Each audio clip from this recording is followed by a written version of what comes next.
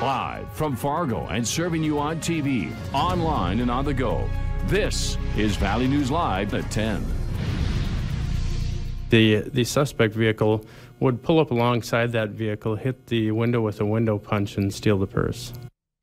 A warning tonight from Fargo police about some sophisticated thieves that operate all over the U.S., targeting women and going after their purses. The group is called the Felony Lane Gang, and its members operate in groups of 6 to 9 people. They seek out vehicles typically driven by women that are often found at parks, fitness centers, and daycares. They break in, steal your financial information and your identity, and then use it later to commit fraud. Valley News Team's Joshua Peguero has more on this gang and how you can protect yourself.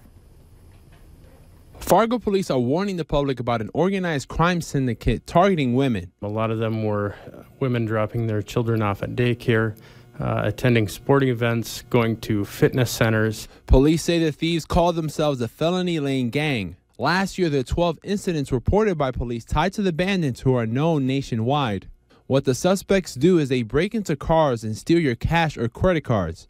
If they only find a checkbook or ID, they'll take your identity and find someone who looks like you, who could, for example, go into a bank and cash a check. A lot of what we saw was females who had left their purse in their vehicle for a short period of time. While the police can't say whether the gang is currently in Fargo, all signs are pointing towards some crime activity. We also saw a new crime trend where purses were being stolen from fitness centers that were left unattended.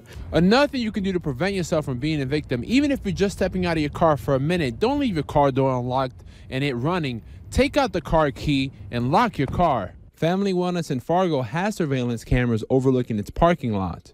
We always encourage people to lock their valuables up in our lockers. The fitness center is also surrounded by windows, allowing members to keep an eye on their cars. This time of year, it's definitely important, to start your car if you, want to be warm when you're leaving. So if you do that, just make sure you lock your car. Don't leave your keys in your car. One thing police do want to stress is to be aware of your surroundings. In Fargo, Joshua Peguero, Valley News Live. Fargo police say they've gotten reports that the Felony Lane Gang is on a crime spree in cities in western North Dakota, including Minot and Bismarck. It's been reported that the name of the gang comes from how the female thieves will alter their appearance, then use the farthest outer teller lane of the bank drive-through in a rental car that's been rented under the name of the victim. Time to downshift into an even lower gear as the temps will be dropping some more. Let's first find out what's happening right now in the valley and what you can expect tomorrow morning. Hutch? Well, right now we have temperatures that are already pretty brutal out there. 17 below the actual air temperature for you in Langdon, 12 below in Devils Lake, and a lot of 8 below readings from Grand Forks and Crookston through Thief River Falls.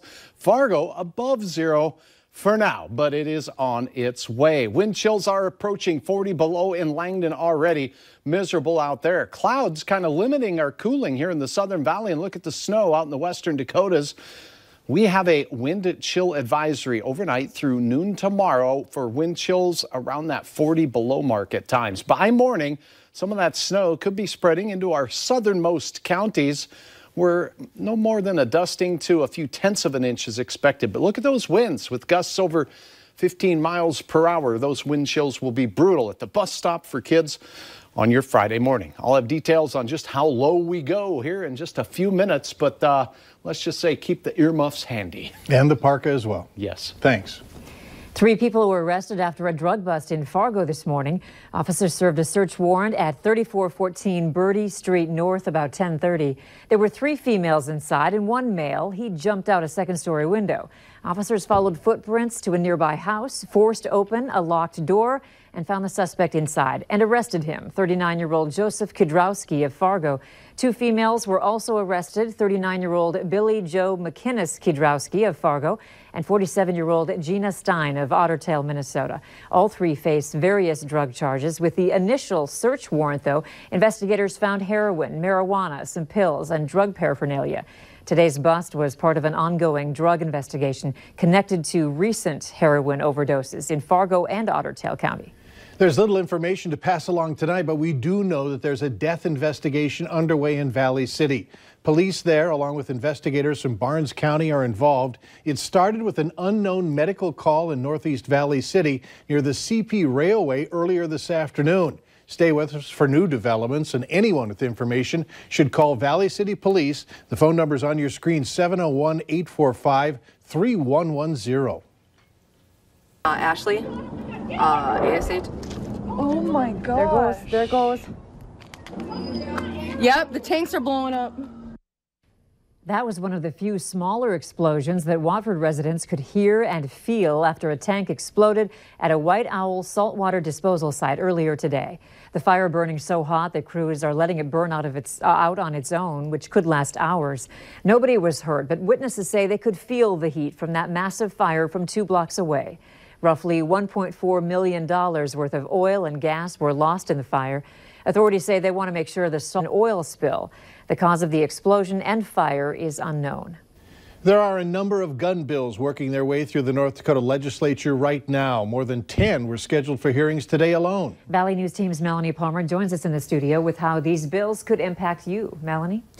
Andrea, Mike, these bills can be emotional and controversial. There are the mass shootings on one side and the NRA and gun owners afraid they're going to lose their rights on the other. Among the bills being talked about right now, there's one that surfaced earlier this week aimed at keeping guns out of the hands of mentally ill people. That's the red flag law. Besides that, there's one aimed at defining what components make up machine guns or automatic weapons, and another wanting to better define what dangerous weapons are. I found a third one wanting to declassify BB guns, CO2 guns, and air rifles as lethal weapons. There's one that requires the state to destroy the gun ownership paperwork for someone who doesn't renew their permit within 60 days. And there's also a short, but what's being called powerful bill that was introduced today. This bill addresses potential medical marijuana patients who also want to exercise their Second Amendment right to own a gun. It's unclear how this law would work with other federal laws, but supporters of the bill call it a patient rights issue. We also told you last week about a bill that requires a gun owner to sell their firearm to anybody who wants it, as long as the buyer meets the requirements. Gun dealers we talked to told us it's a bad idea. Andrea, Mike? All right, thank you, Melanie. There's much more information regarding these and other firearm-related bills being talked about in Bismarck. To read more about them, you can head to our website, valleynewslive.com. Security researchers recently discovered that 770 million email addresses and passwords had been compromised, making it the largest collection of breach data ever. And with that, many more accounts hit. It's more likely than one of your profiles is part of the mix. But one website has made it easier than ever to know for sure if you've been hit or not. Typing your email address into haveibeenpwned.com will tell you how many breaches your account has been linked with and just what information was taken. It seems like it's a reality of today's world that you're just going to have your information out there all over the place. There's so many passwords that I already have, and it's hard to put them in a secure spot so that you can remember them. Tech experts suggest if your email has fallen victim to a breach, it's best to change all your passwords, but they say you should use password generators to create unique and difficult word combinations so it's harder to hack. 2.5, now 5, 25, 25, 27, 37, 40, 250. Calling all auctioneers. There was a competition tonight in Moorhead where instead of selling an item, auctioneers have to sell their skills. It was the 2019 Auctioneer Championship hosted by the Minnesota State Auctioneers Association. These talented folks from across the state gathered at the Courtyard by Marriott in Moorhead to show off their skills, which include delivery, presentation, and of course, speed.